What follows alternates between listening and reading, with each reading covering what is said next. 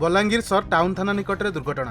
Petrol pump निकट थिबा विद्युत खुंटे पिटिला धान बोझे ट्रक। खबर अनुसार भजनाल पेट्रोल पंप कैंपस भितर विलंबित राति एक पीडीएस धान बोझे ट्रक मारी जाइतिला। पंप सुरक्षा पाचेरी कड़े थिबा विद्युत खुंटे पिटी हेबा फल रास्ता कड़े थिबा विद्युत खुंट उपुड़ी पड़ितिला।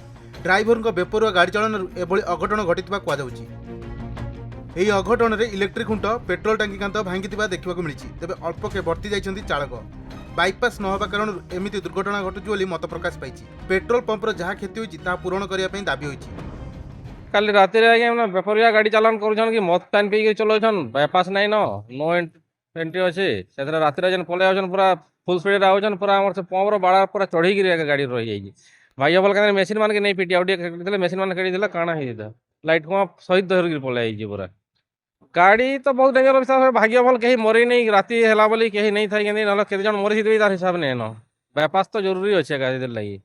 गाड़ी भी गोटे खुमार अटकी उल्टी जाता रोड भी जाम होता दुईटा यहाँ धान बुझे तुसरा जाऊँ बोली कहला केन केड़ियार अच्छे बोली कहे फल तो किसी जना नहीं पड़ू था मत पान पीला भाई जना नहीं पड़ू था बाकी पी थी कि काଣା से झुमरी पड़ी किसी जना नहीं पड़वार कन्फर्म पुलिस बारे अरेस्ट कर जना पड़ी टेस्ट पत्र कर आम के कहीपर बलांगीर गुप्तेश्वर पृष्टि रिपोर्ट खबर ओडिशा।